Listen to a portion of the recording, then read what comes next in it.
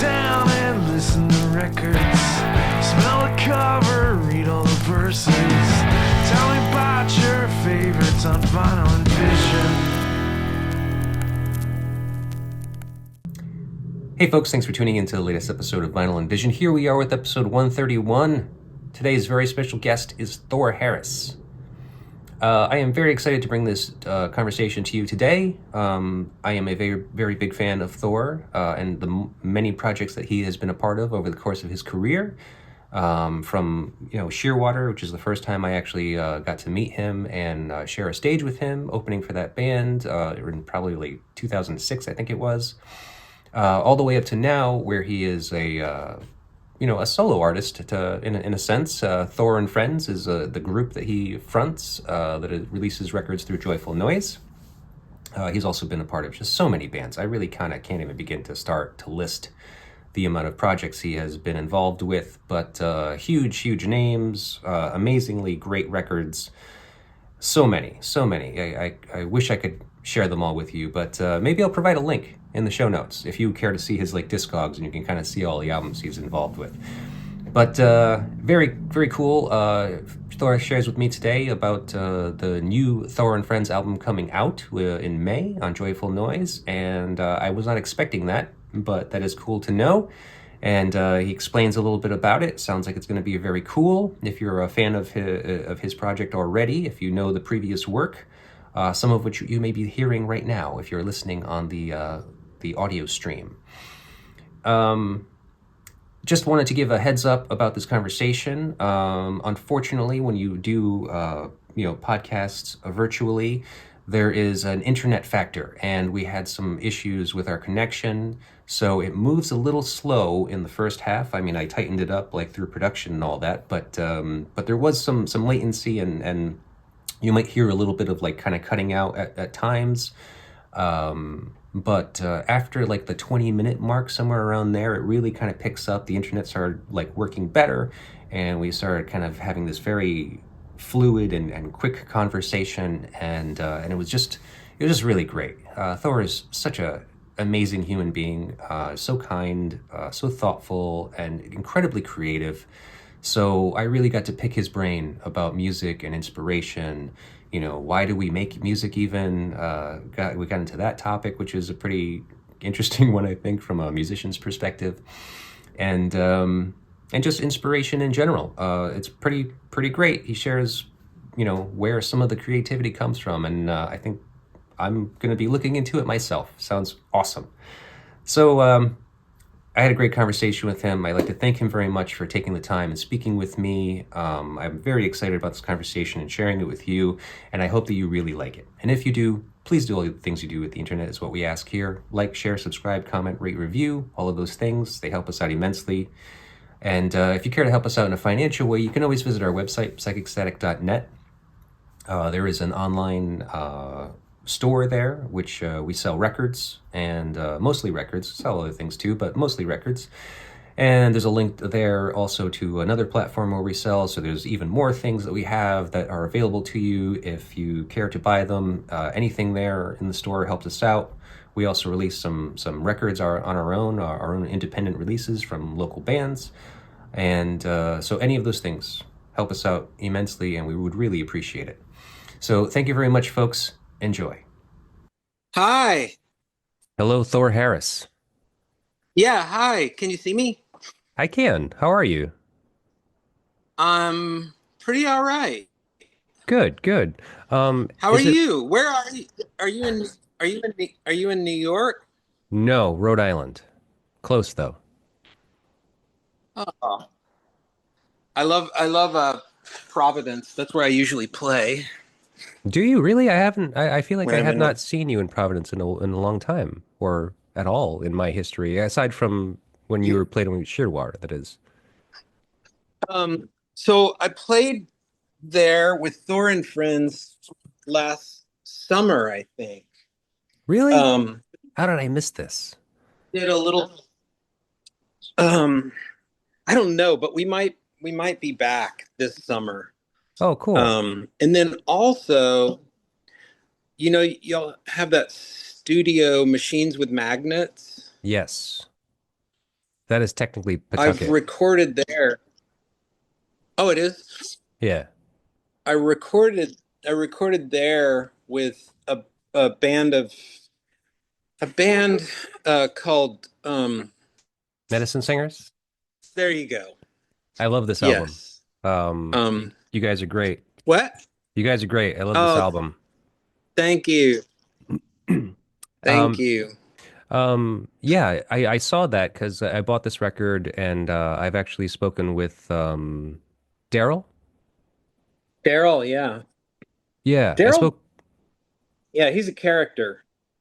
He is, yeah, he's great. I mean, and it's funny. I mean, and like I saw Medicine Singers like by chance. Like they were performing with Jonathan at this place in Providence, and like it was completely unannounced. Like I was just Yeah. going to this place to have pizza with my family, and some like the server comes by and she's just like, "Hey, do you guys like music?" And we're like, "Yeah."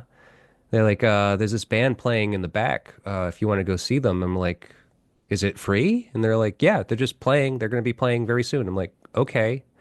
And like we just go to the backyard area of this brewery, and it's Medicine Singers with Jonathan. Um, you were not there. It was just Jonathan, and I don't know who the other instrumentalist is, the bass player, keyboardist. Might have been Christopher Pravdika. He and I, Yeah. he's really brilliant. He and I were in Swans together for many, Oh, many, many, many, many years. right. Um, I love him. We were also in that band Shoo together, Oh, XIU, XIU. yeah, yeah. Cool. But yeah, Medicine Singers, I mean, it's just one of those great bands that you have been part of. I mean, like you've been part of many, obviously.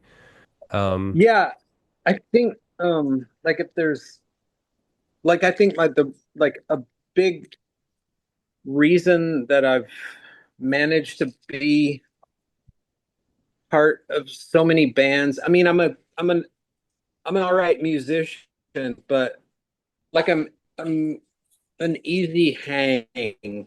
I'm but it boy, it sure makes making music a lot easier if you really like genuinely love getting to know new weirdos. yeah, absolutely. But you were saying how Yeah.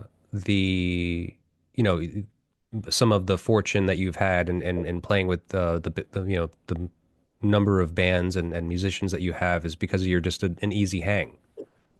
I'm an easy hang. And I mean, I've like I just turned 60, and in kind of recent years, I've realized that I'm not entirely an extrovert, but I really do get excited um to meet new people, especially if there's some common interest, and music is often that common interest. And I think that that has been, as far as having worked with so many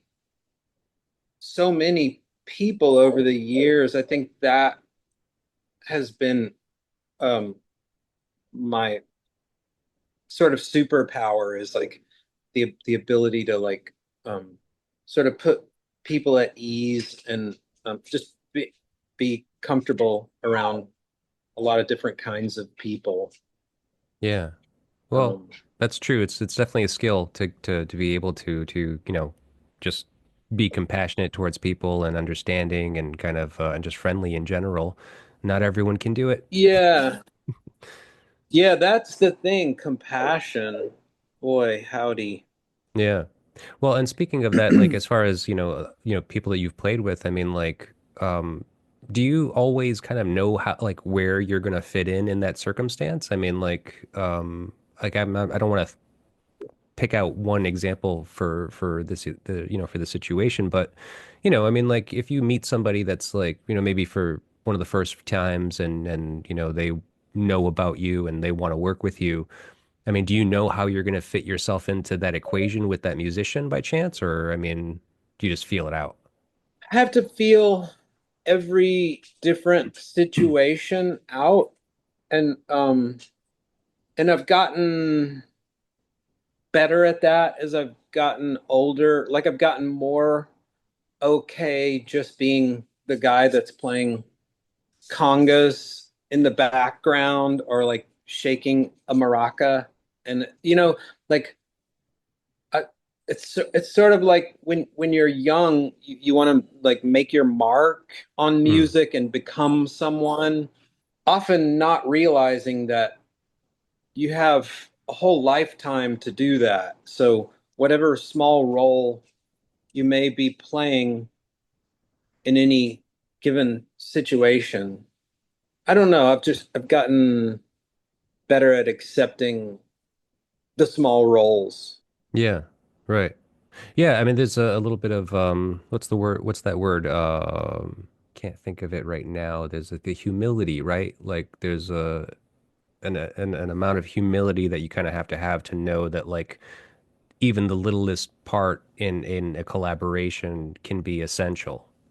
Yeah, yeah, But I mean, but you also have yeah. I've got your own thing, your own band. I mean, you have Thor and Friends now, which is essentially revolves around you, and you are the focal point.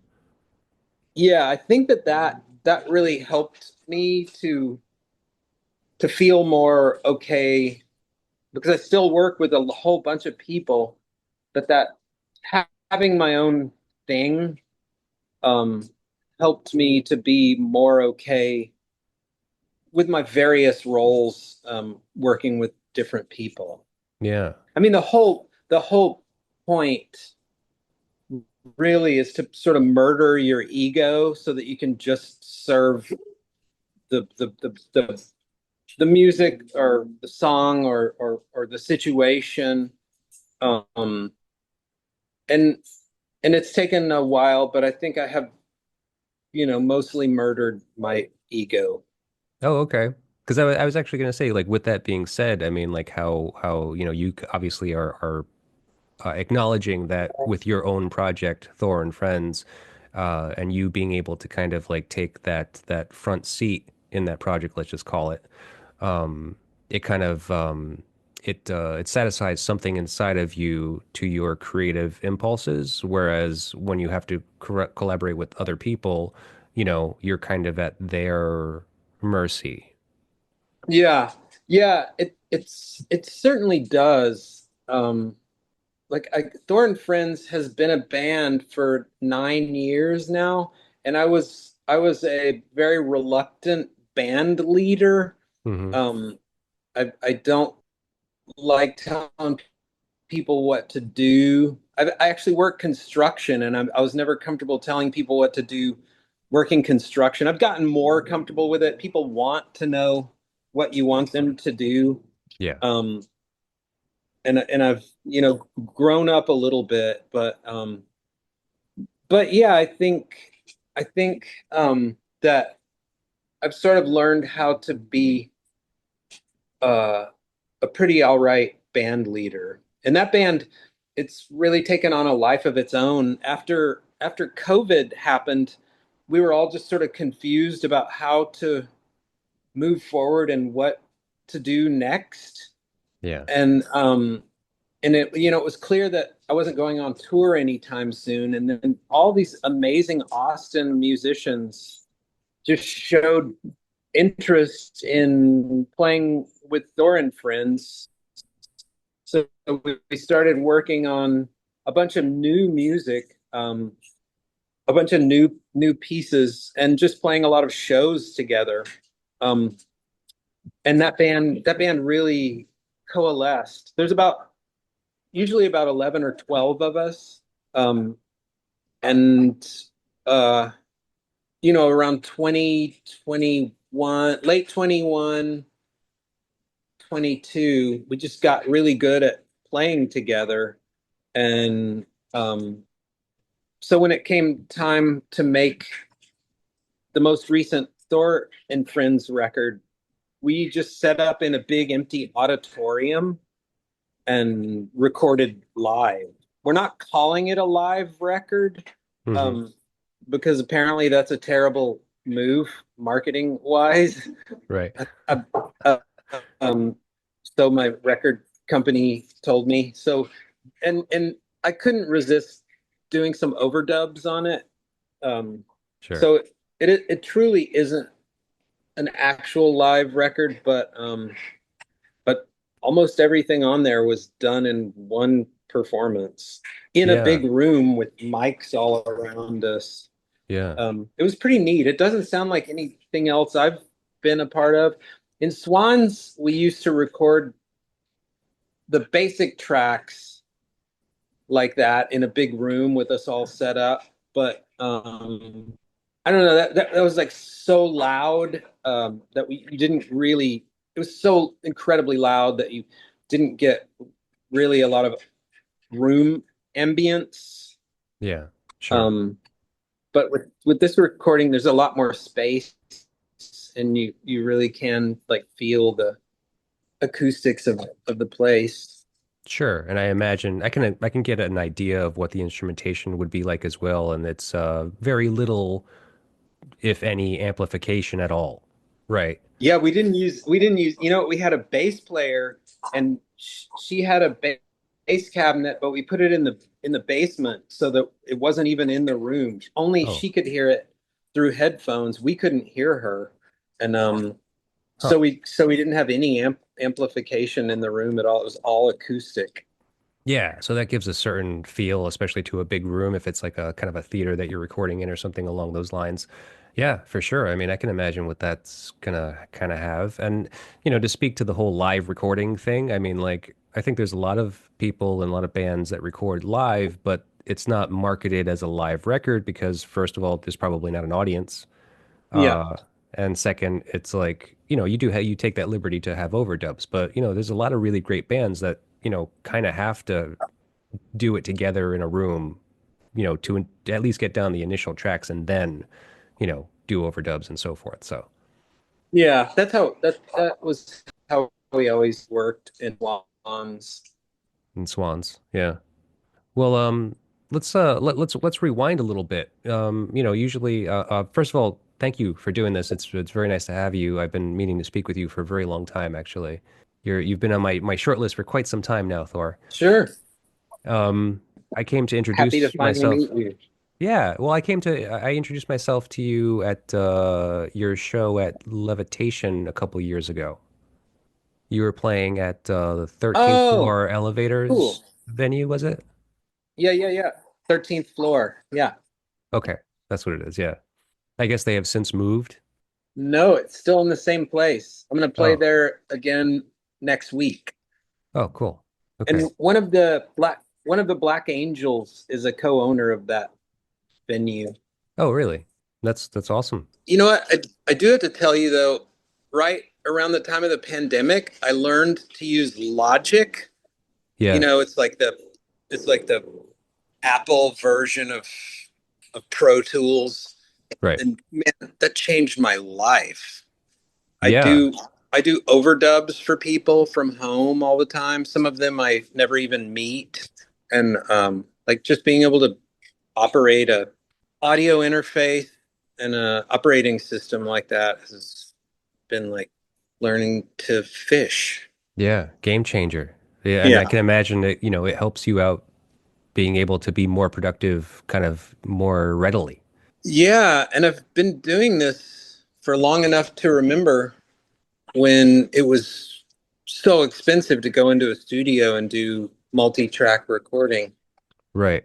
Yeah, I mean, the technology is incredible. As a matter of fact, pandemic wise for me as well, I kind of started this the year before the pandemic started.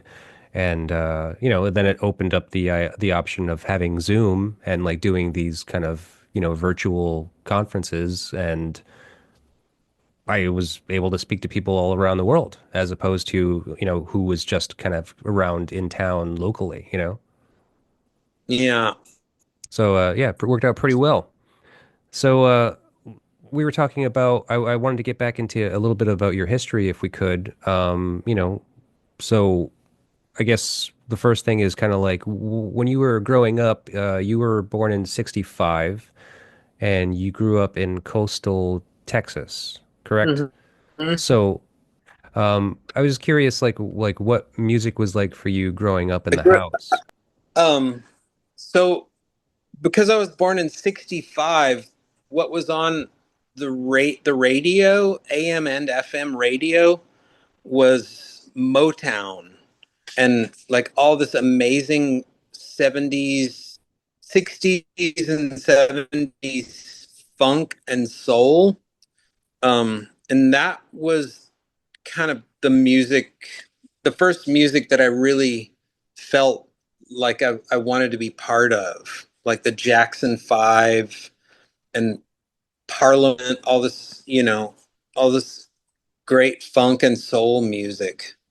Hmm. Um, and that was probably why I wanted to play drums because you know, all these great syncopated beats were part of pop music back then.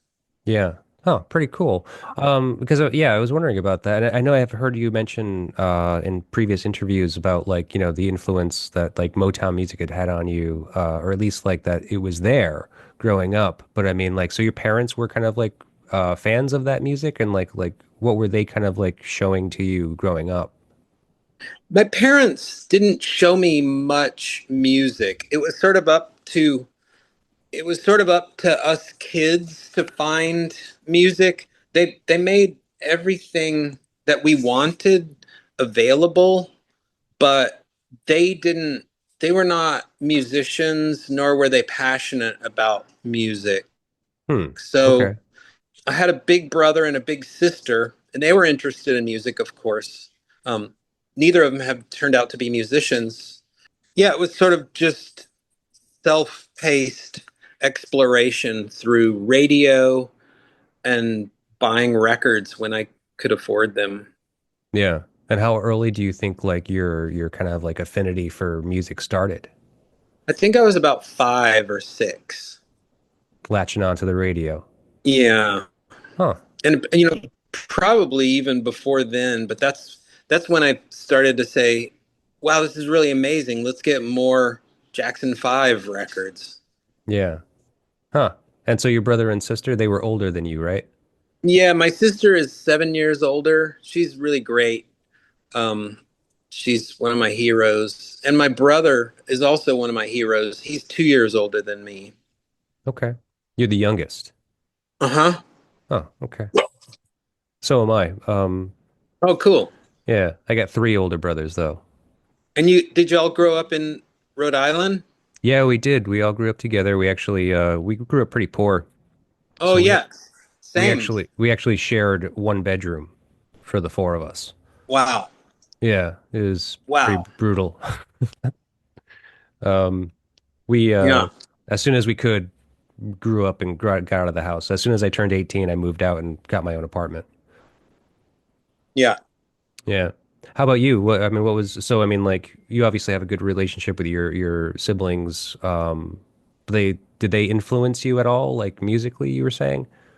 Yeah, they both I mean, my parents grew up during the Depression, so they made it they made it possible for me to learn and play music and have teachers and study music in school. But they didn't want me to grow up to be a musician. But my brother and sister were always very much encouraging. Um, I mean, the whole family was, but I think my brother and sister were more quick to be excited when I started, playing shows out in public. And Hmm. my mom pretty quickly got on board and thought it was pretty cool that I, was traveling the world and playing music. Yeah, right. Well, I mean when it proves to be like a kind of a thing, like a possible a potential career, I guess that's definitely very exciting. So you were saying that like, when your siblings, like your sister kind of w was excited for you when you started playing music. So how old were you when you played your first show and like what was that like? I think I was in my teens, and it was pretty thrilling. Um, but you know, it's funny. It's more fulfilling now than it was then. I mean, the thrill was there, but kind of it was like then it was just sort of about imitation of of musicians that I had seen. I mean, and I do think that that's how we make music. I think we are imitating either musicians or sounds in nature, Hmm. but more often we're imitating musicians that we've admired. But the older you get, I mean, yes, it was thrilling to be able to play a concert when I was a teenager. I mean, that was amazingly thrilling, but it's more like a whole completely satisfying experience to play music nowadays, because it's just so cooked in and all of these influences are so cooked in. I'm Right. less thinking about any particular influence and it's all just sort of, Yeah. um, I don't Well, know, it just, you feel more confident in yourself and your ability too, like, I think so. yeah. Yeah. Yeah. Yeah, I guess like as a young person, I mean, like I remember playing when I was like 15, like my first shows, it just got so nervous. I literally like kind of seized up and like tensed up because I couldn't even move on stage because I was just so nervous that I didn't enjoy it really. But Yeah. yeah, now it comes a little bit more fluid like. Yeah. Weird. It's funny the way rock and roll in its early years, you were considered like ready for retirement by 30. But nowadays, musicians, it's so nice to have musicians hanging around for longer Sure. and a lot of them do, you know, tons of great work in their later years, like Scott Walker and Mm, like David Bowie sure. and Leonard Cohen, Swans, Leonard Cohen. Yeah. Nick Cave, he's doing some pretty good cool Yeah. stuff now that he's older. Yeah, no, Hmm. that's true. Um, so and that led me to think, what you were just saying about, kind of how when you kind of start out making music, you're essentially trying to, recreate what you understand or what you know, what you've been influenced by musically. And we're here to talk about Mike Oldfield's Tubular Bells, which I think that's an interesting choice for you. I mean, I can see it. I can definitely see it and hear it in a lot of the music that you make, as far as this, like, like a pretty steady connection to what you do. I mean, like, how do you feel like that landed with you, and what do you feel like you took away from that? Well, when I found that record, I found it in the mid '70s, and I was mostly listening um, to rock records or still listening to some funk and soul. Um, but to listen to these like huge swaths of instrumental music where there was no verse chorus bridge, it was just like a sort of there wasn't really ambient music yet, Right. um, which I really love. And I got into that stuff just a couple of years later when Brian Eno started making those ambient records.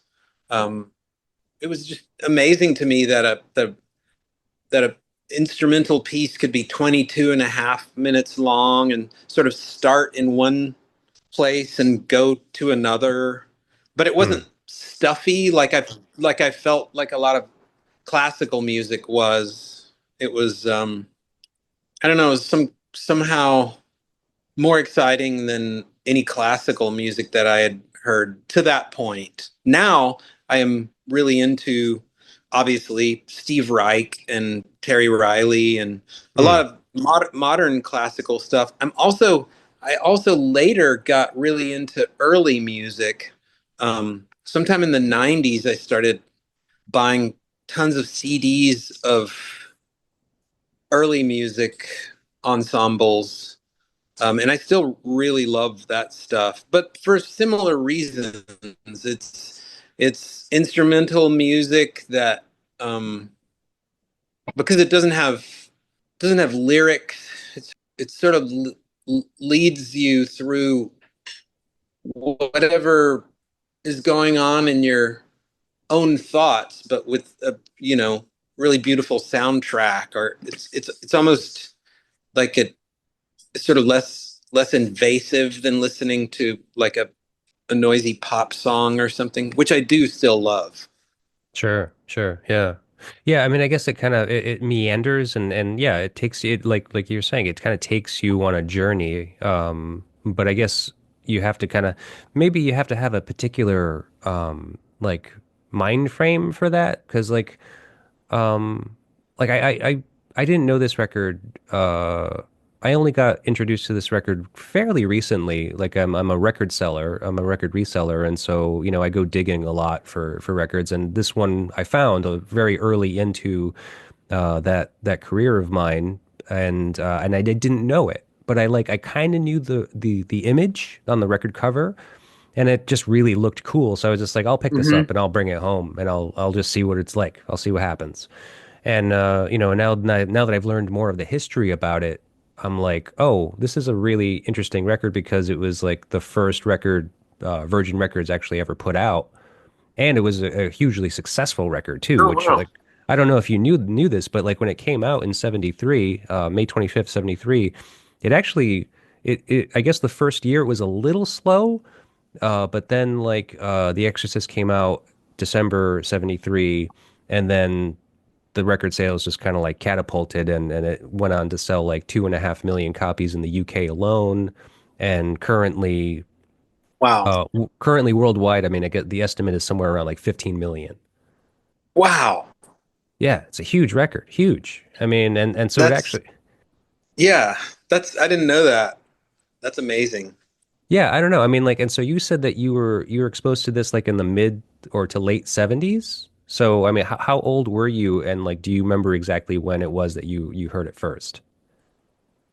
I was probably about 10 years old, so it would have been around 1974 or 5. And probably the reason that I bought the record was because I knew it was the soundtrack to this terrifying movie, but I didn't see the movie until I was an adult. Oh, okay. And but I knew, I think maybe I saw the commercials for it and I liked that little piano line. Oh, right. So so um yeah, I'm not exactly sure if my brother or sister bought the record. I don't remember buying it, but somehow it was in our house and I just started listening to it over and over and over. Wild. And I liked side 2 also, the whole thing. Yeah, wild. And at 10 years old, that's kind of young, I feel, for something that kind of like advanced. Yeah, and you know what else I really loved? Do you know this piece by Elton John called Funeral for a Friend? I feel like I've heard it, but I can't think of it. It's a long instrumental piece. Um, and I really thought I'd listen to that over and over and over as well. So something about these sort of long instrumental pieces was really appealing to me when I was little. I mean, I still did grow up listening to lots of 3.5 minute pop bangers, but Hmm. I always thought that was neat to have a piece of music that was so long it would be like taking a drug and going on some bizarre trip. Yeah, yeah, And for it takes a sure. while, and it's funny in Thor and Friends, um, the first couple of records have maybe 10 songs on them. So they're not super long, but as the band has evolved, on the new record, there's a piece that's like 19 minutes long almost. Hmm. And when we play live, we often do super long versions of our pieces. And I sort of feel like that's how long it takes to, to take that trip. Sure, sure. I mean, yeah, I can imagine that there certainly feels like a, I don't know, there's a feeling to music, and there, that, like, I guess you kind of almost like a movie or a play, you kind of have to like set up the scenes, and then you don't feel like it's over until you've like reached that I don't want to say climax, but that culmination, the ending for a movie. What do they call that? That third scene. That's the resolve, I guess. Oh yeah, yeah. So yeah, interesting. I mean, that's a very see. I don't understand this about music really. I mean, like I'm definitely more of like a kind of a pop music head personally. But I do appreciate these things and this style of music. I mean, like obviously a lot of the music that you make with Thor and Friends, but in particular, is very much like this. These kind of Yeah. I think that I also learned some of this playing live in Swans, where we would do just these, and I thought actually performing them was kind of exhausting and sometimes boring. But then after I quit touring with Swans, I went and saw them, and I really got it. Like these, they would just play these long, repetitive instrumental pieces, and um, yeah, it really does like create a sort of alternate universe that you can just be devoured by. yeah. Okay. Interesting. Um, so now talking about Tubular Bells a little bit more. I mean, I told you it was released on May 25th, 1973. I mean, so you didn't get exposed to this until a couple of years after the fact, but I mean, in 73, so I guess that makes you around 8 years old. I mean, like, what are you doing as an 8 year old? Um, as an 8 year old, I think I did play piano by then, just a little bit. Um, and I wasn't good in school, but I was born able to draw really well and paint and sculpt. Like I Hmm. had uh, uh, I was good at I was good at art. Um, Okay. my brother and sister were both much better students than me. I was a pretty terrible student, but I was doing a lot of that, riding bikes and drawing and Being playing a in the kid. woods. Yeah, Yeah. being a kid, and a little bit playing piano. I didn't, you know, like piano didn't really grab me. It wasn't until I was 10 years old or nine that I really took to playing drums, and you know there was no looking back. That was Yeah. the decision was made, and I'm still suffering the consequences. Yeah, and actually that's an interesting thing because I mean, obviously you have a love and affinity for drums and percussion in general. Um, this album has almost no Yeah, drums. yeah, that's right. Yeah, there really isn't. And Thor and Friends doesn't have generally doesn't have drums in it. But yeah, it's my first instrument and kind of my first love. I'm not sure. I mean, I still do play drums on records, and I think I just wanted, after playing drums in so many bands for so many years, I wanted to do something different. Hmm. But you already had experience playing other instruments. I did, and um, yeah, Swans pushed me to become a better vibraphonist, and I was touring so much, even before Swans. I was touring a lot, and this was sort of pre-internet, and it's just often really very boring, and so I would bring like a new instrument on the road and take a couple of lessons before the tour Hmm. and just sit around and practice. Uh, That's how I learned a bunch of different instruments. Hmm. Okay. At the time of the recording of Tubular Bells, Mike Oldfield was only 19. I know. That's so remarkable. And apparently, like the engineer said, he was just like they worked so hard that he was really unhealthy during the recording of that record.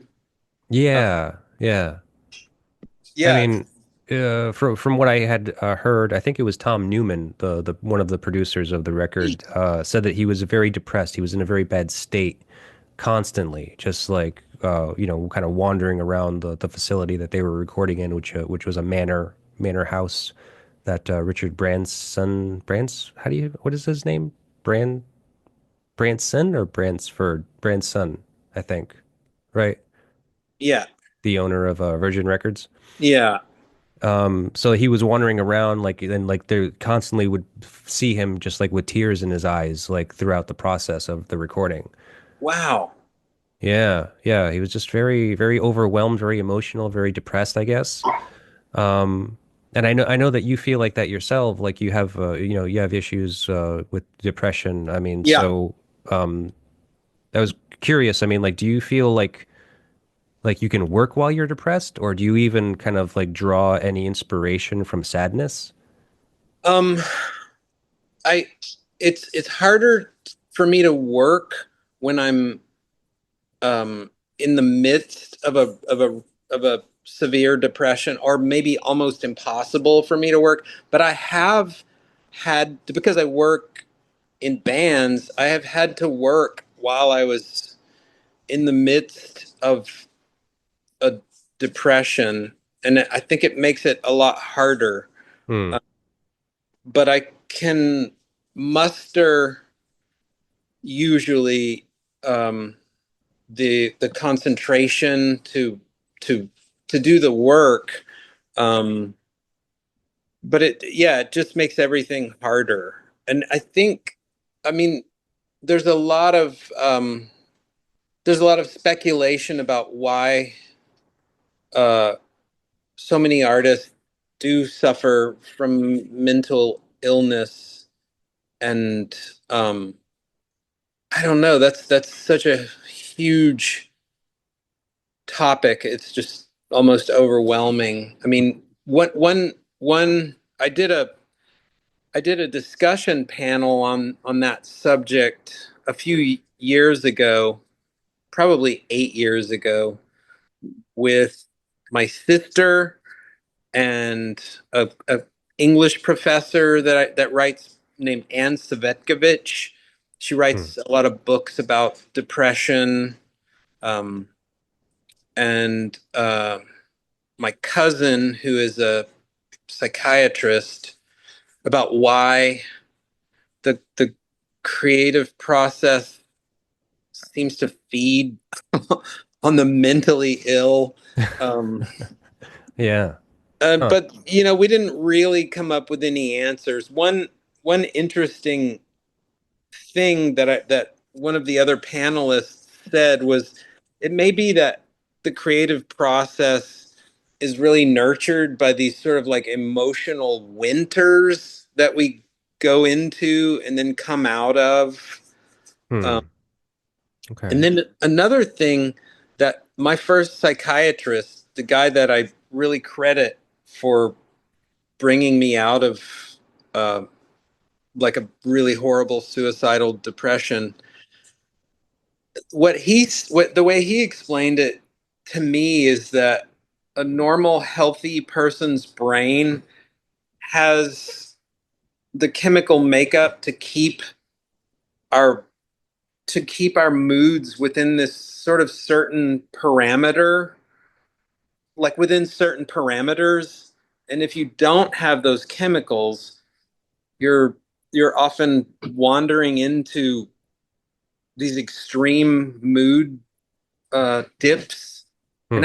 I've never gotten at all manic, so I don't have that. I can't relate to that, but I think that in some weird way, doing like that, like riding those mood waves, is somehow conducive to the creative process. I would gladly never ride those waves again, but no Yeah. such luck. Right, right. Well, I mean, so I mean, and the follow-up to that was like, do you find any inspiration in the sadness? Um, hmm. The sadness, um, I think I find more inspiration. Well, perhaps it comes from the deepest, saddest parts, but when I start to feel the real like creative energy is when I'm starting to come out of it. Okay. Like when having like if you think of a depressive episode as like a kind of death, coming back from that sort of near dead place and coming alive again and starting to see all the colors again Hmm. gives you an appreciation for the colors that um, I I might take for granted if I hadn't been to the horrible place. Right. Okay. And Interesting. I think I was 19 when I no. I was like 18 or 19 when I first like went into a months long deep depression. I think I've had depression, my whole life, but that's interesting that you say that Mike Oldfield was deeply depressed when he was making Tubular Bells. Yeah. Yeah. The producer actually, Tom Newman, went on, like I was watching that documentary from the BBC on the making of this album. And near the end of it is when Tom Newman says something about how Mike Oldfield, after the success of Tubular Bells, he really didn't have any other good follow-up to this record. But also, he went to seek out some kind of therapy. There was like this rebirthing therapy that I guess he had gone through, and I guess that changed him in a sense. Like I guess he found some kind of like happiness. He found some exit out of depression, Hmm. and he became very productive, and he was making a lot of music, but it lost something. And in Tom Newman's eyes, he was just like it lost like some of the I forget how he said it exactly, but it just didn't have the same kind of feeling that Tubular Bells had. And he said something along the lines of this, like, well, I think it was the struggle with the depression that inspired him and kind of had Tubular Bells kind of came out of. Whereas everything that he had created after that, maybe up until the point even, I mean, he's gone on to create so many records. I mean, I'm not going to say yeah, every single record was like that, but that those following records just didn't have that same power to them. Yeah, I that's interesting. I've listened to other Mike Oldfield works and they're nice. I like them, but yeah, there's nothing like Hmm. Like that. Tubular Bells. Yeah. Yeah, that one is really special. And that makes me think also about Joy Division. I think Oh, I yeah. think that I think that I love New Order, but I think that Ian Curtis, that was another, those that were two or three if you count that that that other record that came out after he died. Right. Um, Closer, was it? oh, maybe Yeah. there's kind of three, Right. um, but one is just like I think a compilation of a bunch of tracks. Yeah, I think that sounds right. Yeah. But the two main ones are Unknown Pleasures and Closer. I mean, Okay. I think that those were really driven by his despair, and those are amazing records. Right. And then So New yeah, Order like continued on without him essentially. And then yeah, it had good music, just not the same good. kind of vibe, really. Yeah, totally different vibe. And yeah, and I would like to think that you don't have to go to hell to make um Good music. interesting. Yeah, I don't think that you do, but I think that people who frequent hell often do make really interesting music. Yeah. No, I mean I have to agree with you. I mean like I mean I'm a sucker for a sad song really Yeah, and I feel like that kind of is the thing that comes to me most naturally when I try to write myself. And that's kind of why I was asking you is this like if you find inspiration in sadness because I think I kind of do, oddly enough, I don't know. yeah. I think I I think I must. To me, it's like a thing. Like if I think of sadness, it's a thing that's always kind of trying to kill me. Um, but I know that it is all mixed up Hmm. with the thing that makes me constantly creative also. Yeah. So I guess it's hard to separate the two or to you know Right. Well, I mean, if you're saying that you feel that you are most inspired when you're coming out of a depressive episode, um, yeah, I mean, maybe that is the thing. Maybe that's like now that you are feeling a little bit more balanced, a little bit more regular, let's just call it, yeah, and you feel like being productive again. I mean, and you reach for instruments. You take most immediate um, immediate like life experience you've had, which happens to be this depression and this depressive episode, and maybe you pull things away from it. I mean, I'm not sure because a lot of your music is so instrumental. I mean, like you're not a vocalist per se. You don't really write lyrics. no, So everything has to come through the music. Everything has to be like emotive in a way. yeah. And I really love when instrumental music can do that. Yeah, I also love Leonard Cohen and Bob Dylan and people sure. who do it with words. But um, yeah, I think the the most and I mean the music that I feel most compelled to make is huge long instrumental pieces. Mm-hmm. I always Yeah. thought it would be fun to play some rhythm instrument like in a dance group, like in Sly and the Family Stone. Uh-huh. Just Sure. for pure joy. And I just recently watched that new Sly Stone documentary. It was so beautiful. Oh, cool. I gotta watch that. I Oh gotta. man, you're in for such a treat. All right, cool. I definitely gotta put it on. I don't watch much these days, but definitely on my list. Yeah. Um, Speaking about your inspiration, I mean, like, I was wondering what inspires you, like when when you go into that process where you're kind of feel like you're ready to create. I mean, is there anything that you think about specifically, or is there any kind of like music that helps trigger your creativity, do you feel? Um, so a lot of yeah, I have a really long answer for that. There's an app called Radio O, Okay. and and you either open it on a laptop or on your phone, and it shows you a map of the entire world, and then it gives you each decade that we've been able to record music, which started around 1900, and you Okay. pick a country and a decade, and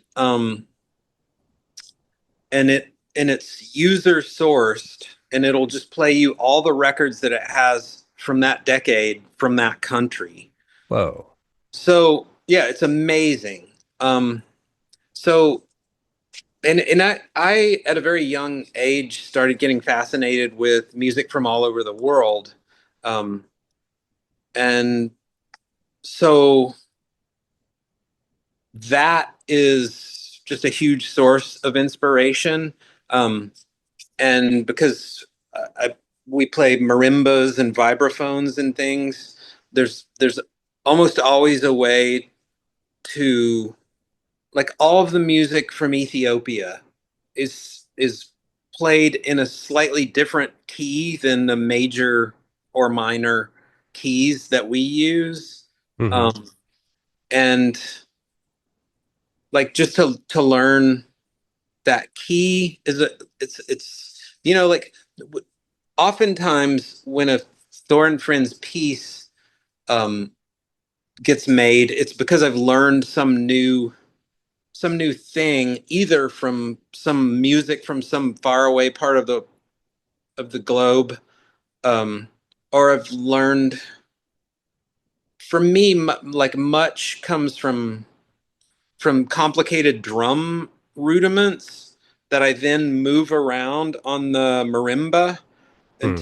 until they some interesting arpeggio results from that. I mean, and speaking of arpeggios, Tubular Bells is, it starts out with this beautiful odd time signature arpeggio. Hmm. Um, and that's still, like, really just such a mesmerizing, sort of neurologically stimulating thing for me to hear is arpeggios. So Thorn Friends music usually is born out of me experimenting with different stickings of arpeggios on a marimba, Sure. But there, or sometimes on a piano. But I don't play piano live with Thor and Friends, and I'm not a good piano player, so I don't even consider myself a good marimba player, but I can play well enough to, play an interesting arpeggio. And sure, sure. Yeah. I get that. I mean, like, I don't think that people need to be classically trained in any sense in order to be able to create music on any instrument. You just kind of have to be able to make the sound on the instrument. yeah, yeah, you So, just kind of have to want to. yeah, yeah, and just figure it out really. Um, Another thing about like your creative process that I was kind of curious about was that you obviously have collaborated with so many musicians over the course of your career, and you live in a great music city, Austin. Yeah, Are you invited to perform with friends like all the time, and or how often do you find yourself like thrown into a performance with little to no prep? a lot. Yeah. Yeah, and it's really fun. I'm usually confident that I can wing it or figure it out. Sometimes people have seen me, like, play trumpet on stage. Well, I'm not a real trumpet player, so sometimes someone will ask me to, like, sit in on one of these instruments that I barely know how to play, and I kind of have to backpedal a little bit. Yeah. Yeah. Really, I'm just a drummer, but yeah, it does happen a lot, that I have to get on stage with some friends and wing it, and it's really fun. Right. Does that ever like deter you from like going out to go to shows that you want to go see? I don't think so. Like, I usually don't think it's gonna happen just because I'm there. Right, right. Okay. There's a little bit of a kind of uh like discussion prior. Yeah, hopefully.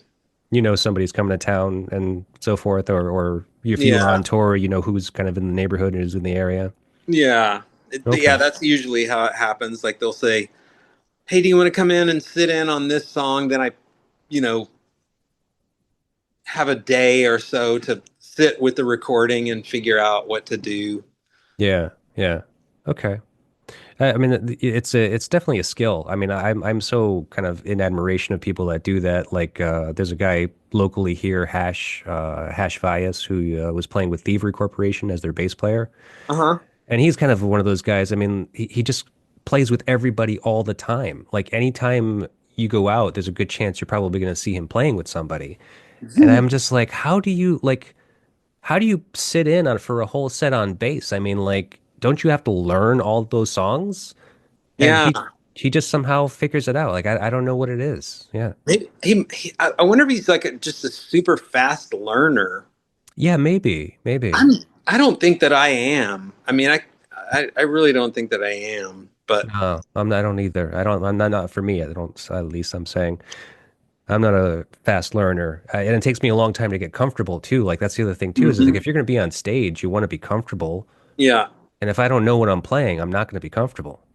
Yeah, like earlier in this interview, you asked like what my young younger days performing were Hmm. like.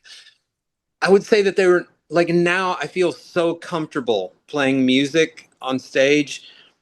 And I don't think that I did when I was younger, but it wasn't stage fright. It was more like I don't know. It was I hadn't gotten nearly had I just hadn't gotten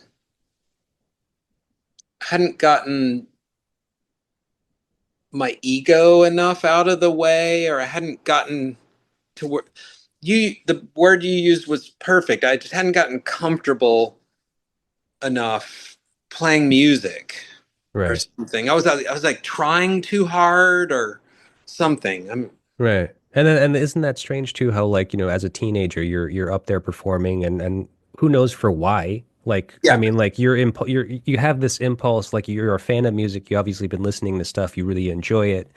You start learning how to play stuff. I imagine maybe you did a cover or so, Yeah, tons of covers. Yeah. tons of covers. Okay. So I mean, but like what compels people to go out there and actually perform in front of people? And then No, especially when you cuz like the first experience isn't great. So I mean, it's right. just like, why do you keep on doing it? Yeah, cuz some people don't do it at all.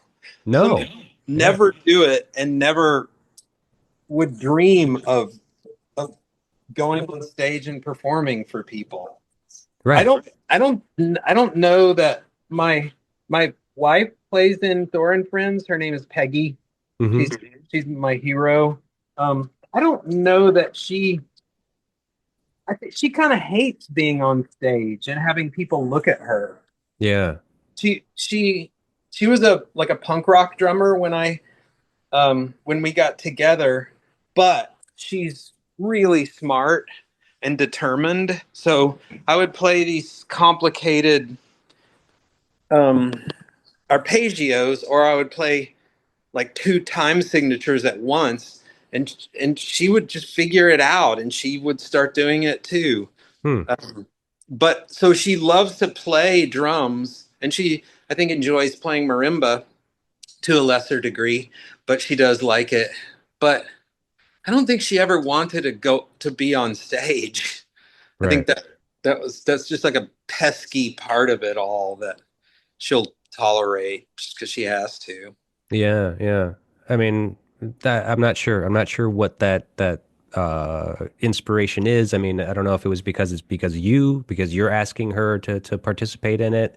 Um, and Yeah. especially as an older person, I mean, like, I mean, as a kid, it's weird, like to think like this young kid that has no idea about the music biz whatsoever, and you're just compelled to like play a show to try to whatever be in a band, whatever that means. You're Yeah.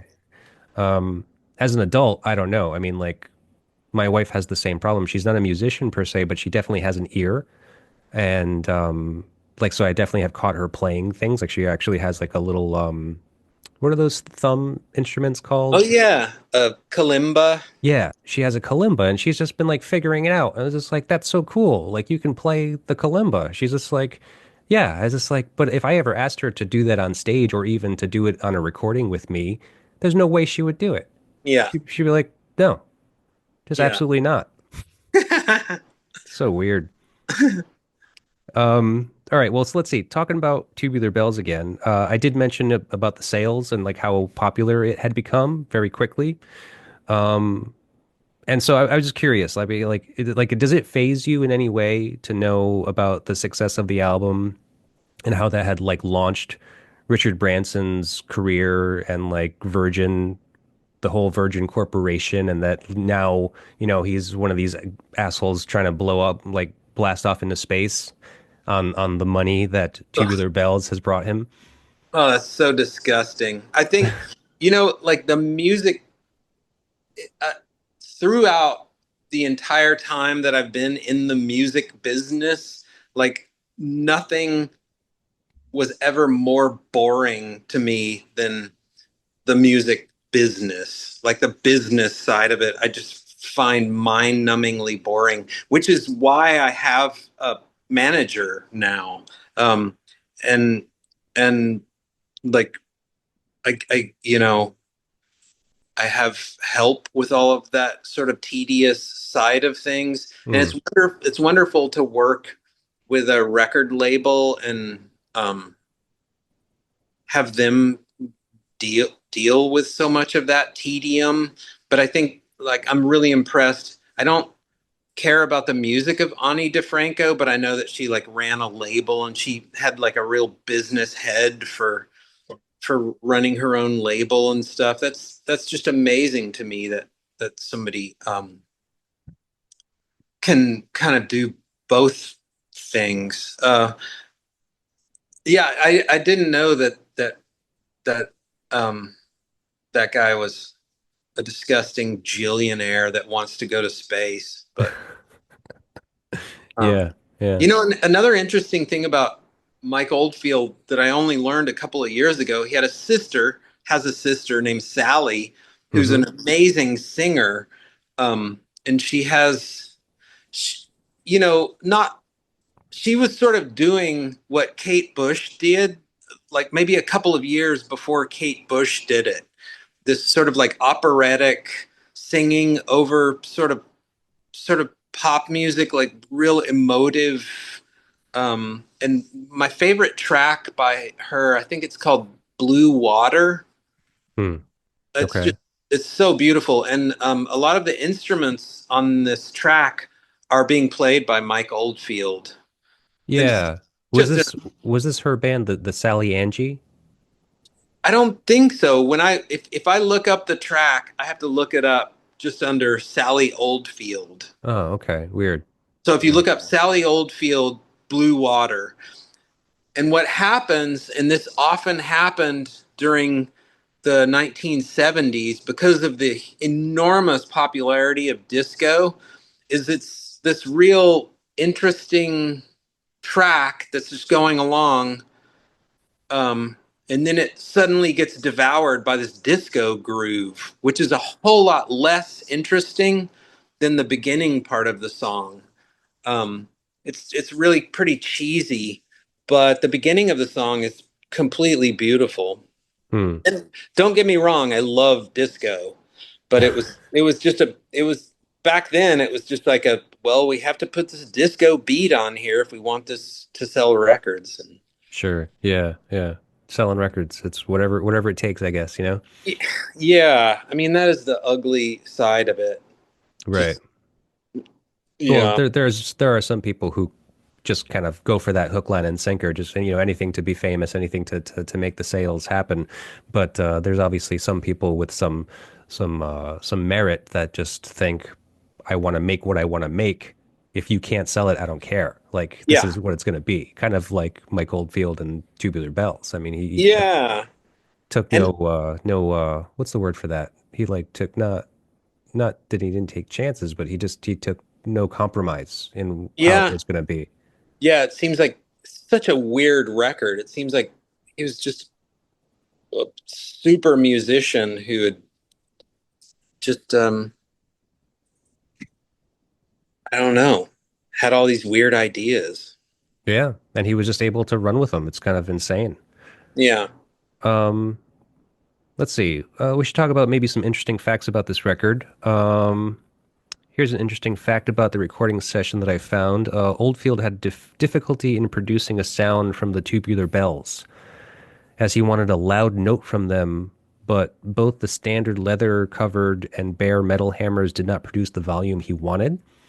In the end, Tom Newman obtained a heavier claw hammer, and Oldfield used it to produce the desired sound intensity, but cracked the bells in the process. Wow. Yeah, I cannot imagine playing, classical tubular bells, which are bronze with a claw hammer, because yeah, you do play. You're supposed to play them with these. It's rolled up rawhide, Okay. and uh, that's so interesting. I'm going to listen to it again and imagine Mike Oldfield playing those with a claw hammer. Yeah, Um, and just whacking them because I mean, like he ended up cracking the bells. yeah. Um, so in Swans, I play tubular bells a lot, and we rented a set of tubular bells for touring Oh, for the first couple of years, and it was just such a huge thing to move around right. that I built a smaller set of tubular bells. First, I built them out of steel, and they sounded pretty cool, but they didn't ring for very long. Then I built them out of aluminum, Hmm. and they sounded amazing. And we ended up using those for 3 or 4 years on the road and on a lot of the Swans records. And I've never seen aluminum tubular bells before, but they're sort of more overtony, and Yeah. they're really, really resonant. Most vibraphones have aluminum keys. Aluminum is a strange, uh, super light. It's very brittle. Um, so if I hit those with a claw hammer, they'd be done with pretty quickly. Yeah, right. But they're more resonant, I guess, right? Yeah, they're super resonant. Huh. There was a Well, com- there was a company that made these super finely tuned wind chimes. Some of them were like 20 feet tall here, called Music of the Spheres, and they used aluminum to make their wind chimes. They just sound tremendous. yeah, interesting. Huh. Cool. Well, so this made me think of you, this story about Mike Oldfield and playing the tubular bells. Like I feel like you have like this mythological image, right? Like you kind of taken on the persona of like Thor, the Norse god, you Yeah, know? Because you have the look. I mean, and obviously, you play the percussive instruments, and I believe you even play with a hammer, like yeah. uh like on the back cover of here, where that you see you holding the hammer, Oh yeah, the Medicine Singers. yeah. Um, so I don't know. I mean, like, is what other instruments do you play a hammer with? Uh, I did build this wood thing that has to be played with hammers. If you can picture like five logs laid out on a rack, and these are Hmm. this really hard wood called Osage orange. Um, and they're somewhat tuned, but they're tuned kind of roughly, and you play that instrument with wood hammers. And we did this other thing just because hammers and Norse mythology um, is what we're talking about. We did this other thing, and it was not my idea, but it was called dumpster fire. And I built um, a bunch of wood hammers, some of which were about 4 feet long, with wood hammer heads that were 8 inches in diameter. And Hmm. we put two big construction dumpsters in a parking lot, and we had King Coffee, the one of the drummers from the Butthole Surfers, was part of it, and we had and Peg, my wife, was part of it. And we played these dumpsters with these huge hammers. It was just so loud. Um, and we also had um, some robots that were playing these little tapping solenoids. Um, so we were playing along with a computer sort of drum machine that was tapping on the dumpsters too. Wow. So Yeah. yeah, hammers are, I don't know how that all worked out, but because but yeah, hammers are a recurring theme in my life, and I'm a carpenter. Right, So right. And how many instruments have you broken in your lifetime? Man, I've broken a lot of cymbals, Hmm. um, a lot of drum heads, of course. Sure. I don't think I've ever cracked a vibraphone key. I bought a vibraphone once that had a key that had been beaten out of tune, and I had to send it to Chicago to get retuned. Um, but you get, you know what, you get to where you can get that reaction out of the instrument. I mean, the longer you do it without actually hitting it as hard as it might seem like you're hitting it. And a thing that I started to do in Swans, when I was just like bashing them on these two huge China cymbals, I started to use this kind of plumbing pipe called PEX, Oh, PEX, yeah. polyethylene crosslink is what that stands for. Um, I started to use PEX just for certain parts of the music because I could hit those huge China cymbals and it would flex enough that it wouldn't break them, but it was just as loud as if I was hitting them with sticks, and Hmm. it did a lot less damage because Phil and I were, just breaking so many cymbals for a while when that band first started touring again in Yeah. 2010, and that was just too heartbreaking to break all these beautiful cymbals. Right. Yeah. But That's yeah, yeah. Pex was a lot more forgiving. Yeah, PEX is like that hollow kind of plastic tubing, isn't it? Yeah, it comes in sort of whitish clear, blue, and red, so that when you're Right. installing water lines, you keep track of which are the hot ones and which are the cold ones. But Right. yeah, it's all the same stuff, but they just color code it so that you don't confuse what you're doing. Yeah, right. I do a bunch of plumbing work, so I'm familiar with it. Yeah. So I had PEX some. was readily available. It's always readily available. Okay. Another kind of interesting fact about this album, the caveman section on is the only part of Tubular Bells that features a drum kit. Are you familiar? Oh, You're familiar with the caveman section, obviously, right? yeah. Is it on? I guess it's on side two. Yes, it's the second half. Yeah. Yeah.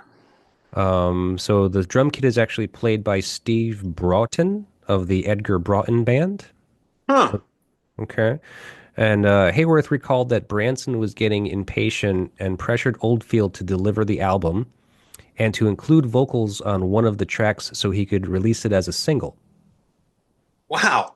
So this is one of those only things that, Mike was kind of positioned to make a compromise on the record. But Mike, in his in his particularly difficult ways,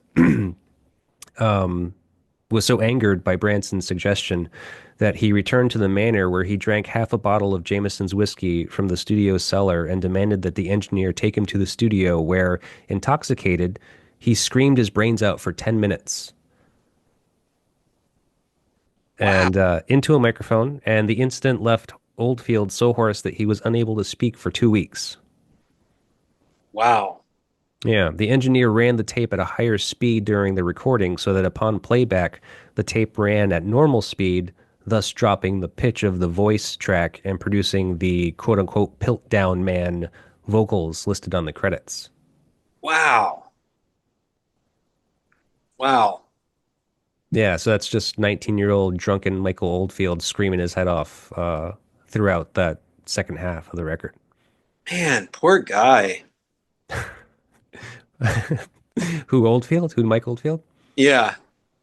Poor guy because he had to do that, or I mean, I guess he was put in the position where Branson had requested that he put vocals on the album. So Yeah.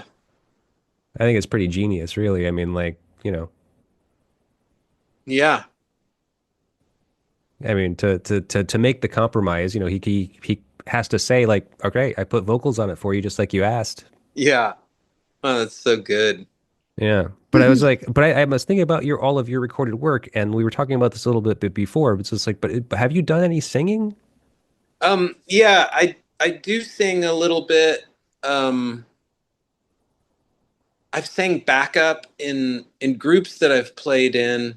But uh when there's singing on Thor and Friends records, it's usually some singer. It's been like Michael Gira and Jarboe and Jen Wasner from the band Wyoke.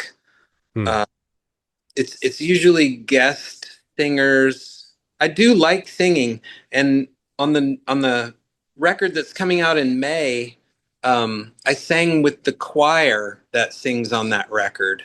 So we made that record live, but then we went back with a choir and had them sing on parts of it, and I sang with that choir.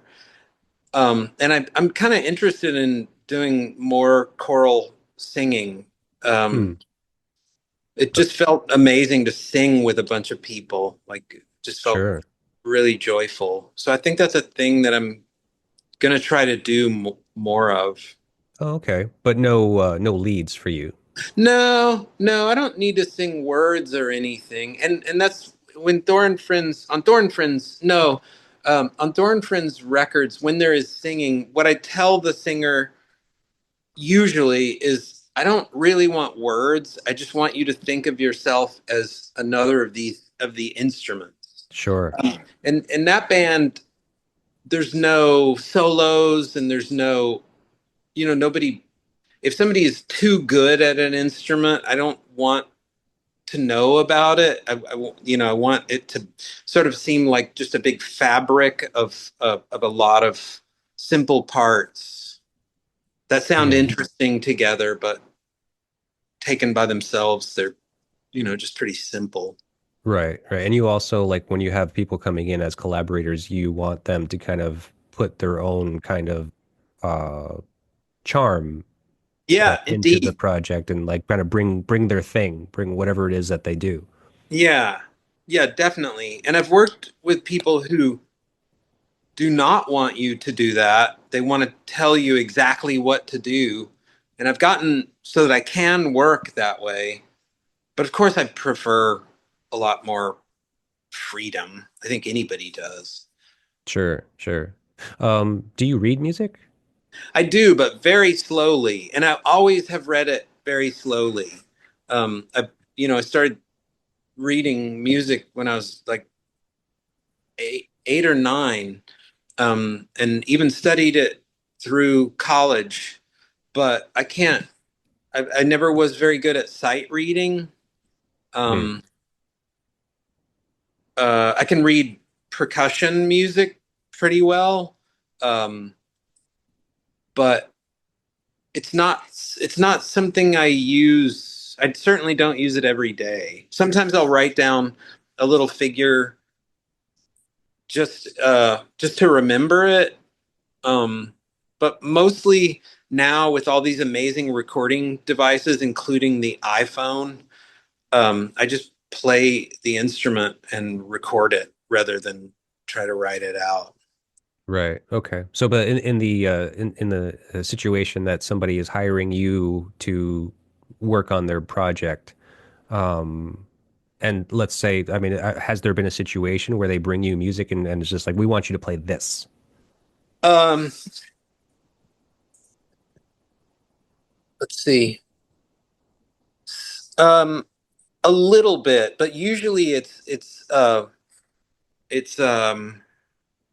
I'm not the guy for that. I'm not like the best person for reading a chart and getting it exactly like written. Hmm. But a lot of the time people will give me like the chord, like if they want me to play vibraphone on something that they've done, they'll write out the chords, and that is very helpful. Yeah. Um, and if they do give me sheet music, if I have some time to work with it, I can do it. I just can't. I've just never been a fast sight reader. I think it's another way that my brain is kind of squirrely. Like I actually read really slowly too. But Yeah. my mom she was a school teacher, like I said, and you said your mom was, right? No, no, no, not Oh, a school teacher.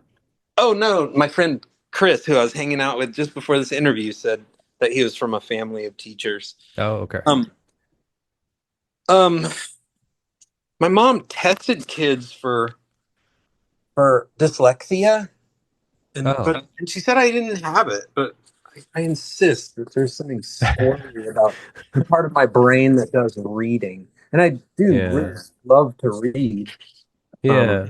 but I read pretty slowly. Well, I mean, at least you still can. Yeah, I kind of have the same problem. I feel I find myself like rereading the same sentence over and over, like yeah. at least 3 or 4 times. And so, yeah, I don't really like reading just for that reason because I'm just like, it's just gonna take me too long. What do you think about what? How do you feel about audiobooks? I haven't gotten into them really. I mean, I listen to podcasts, Yeah. I listen to things and I feel like that, like I grasp things pretty well, but I haven't ventured into actually trying to listen to a book. You know what? I right after the election, I have this app called Libby, and it works through my public library, which I love Oh public yeah. libraries. Yep. And Libby, you can check out audiobooks for free. Um, I had to read Pema Chodron's "When Things Fall Apart." Hmm. It's just a book about accepting when things fall apart. Um, and that was really helpful. So yeah, I'm kind of into the Libby app. I've Sure. li- I listened to a few Thich Nhat Hanh books on it too. He's a Buddhist teacher. Yeah, yeah. I just saw my wife has one of his books, compilation of some sort. I'm not sure exactly which one or what it is, but Yeah, yeah, she's a spiritual person, so I got all that stuff in my house. It's yeah, good. now I just got to pick it up and start reading it. Um, so Thor, I have one more question for you before we wrap this up. Okay. Um, Back to the Tubular Bells, the bent bell on the cover of the album has become the image most associated with Oldfield, appearing on the cover of every Tubular Bells sequels album, and it also is the logo of his personal music company, Oldfield Music Limited. Um, if you had to think about a visual representation for your career, what do you think it would be? Wow. Well, hmm, man, I'll have to give that some thought. You were talking earlier about hammers, Hmm. and because I am a woodworker and a carpenter and I play tubular bells, which are played with hammers, um, usually wooden hammers. And my name is Thor. I think if there was a visual representation, I mean, it probably would be that Mjolnir or however you say that, Hammer of Oh, Thor. Mjolnir. Yeah, Yeah, yeah, yeah. If I have to settle on one, have to be a hammer, I guess. I guess so. Guess that's what I'm stuck with. Yeah, I mean, how does that feel for you? I mean, like I was saying, it like feels like you've taken on this persona. It doesn't feel like you necessarily were going for it, but just the way you look. I mean, the instruments you play, kind of all plays in together. You know. It does, and I did not set out for that to be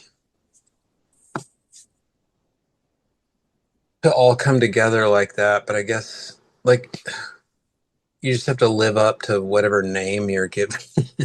Right. Yeah. Um, Well, it's an interesting one. I mean, James is not really all that interesting.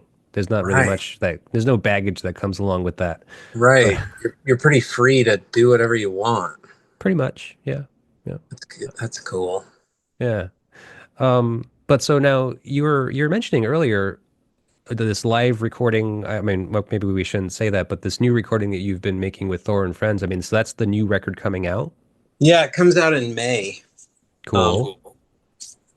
Yeah, we recorded for 2 days straight, just all day, the whole like 12, 11 or 12 piece ensemble.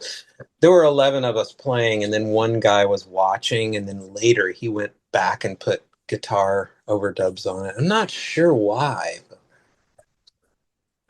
You don't have any say in this. You just anyone can show up and put it wherever they want on your recordings. No, no. That group, as I said before, was sort of it sort of came together post COVID, and we had that group of 11 players had been playing together um, for a couple of years, playing those pieces for a couple of years. I'm not sure why Jonathan, the guitar player, didn't just track with us, but we did all of his parts as overdubs. Hmm. Oh, okay. So he was supposed to be there. You just Yeah, he was supposed to be there, and he was there, but he didn't track with us. I don't remember why he didn't just track while we were tracking. But yeah. Okay. So this is record five. yeah, that's right. And Will it- Is it one going of to be five? it's called Heathen Spirituals Oh, okay. because we're I think most of the members of this group are atheists or agnostics or whatever. But it feels like spiritual music because like Tubular Bells, it is a meditation that sort of moves you from one place to another. And I do think that in some way music can work like a hallucinogenic drug. It can I think it I mean I know that it has like really profound effects on our neurochemistry. Yeah. Um, and so this music does feel, and a lot of that I mentioned earlier that I really loved a lot of early music. A lot of that stuff, like Hildegard von Bingen, a lot of that was spiritual music, like choral um, music. That stuff sounds amazing to me. I have no intentions of ever becoming Catholic, but that was like the early music of the Catholic Church, which I Hmm. think is the worst organization ever to have been formed. But Yeah. But they've made some good music. they made Some, some good music and they built some nice buildings over in Europe. yeah. So like at least they got a couple things going for them. Yeah. Yeah. Cool, man. Well, so then the record will be coming out in May. Touring plans? Do you have anything like that in the works? I'm gonna play Thor and Friends is gonna, or a sort of alternate version of Thor and Friends is gonna play at Big Ears, and that's in a couple of weeks in Knoxville. It's like I think it's the best experimental music festival in America. Hmm. Um, it's an amazing festival. Um, so we're gonna play that. I'm playing there also with a band that I play in called Water Damage. And so a bunch of those players are sort of learning Thor and Friends music so that they can be Thor and Friends for that show. And then yeah, there's a good chance that we'll play up in your neck of the woods in the late summer. Hmm. Okay, cool. Please let me know because I tend to miss out on things. I just I'm not paying very good attention a lot of the times. I will, So yeah, it would be lovely to meet you in person. yeah, and I definitely want to see you guys play, especially if it's going to be up here. I mean, I was lucky enough to catch you in Austin during the Levitation.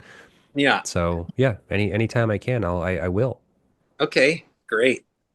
Cool, man. Well, thank you so much for taking the time to do this with me. All right. Thank you, James, for the invitation. Absolutely. And hopefully we can do it again sometime. Okay, yeah, count me in. Cool, man. All Thanks, right, have Thor. a good night. You Bye-bye. too, man. See ya. Vinyl and Vision is a Psychic Static production. Theme song written and performed by Jeff Robbins of 123 Astronaut.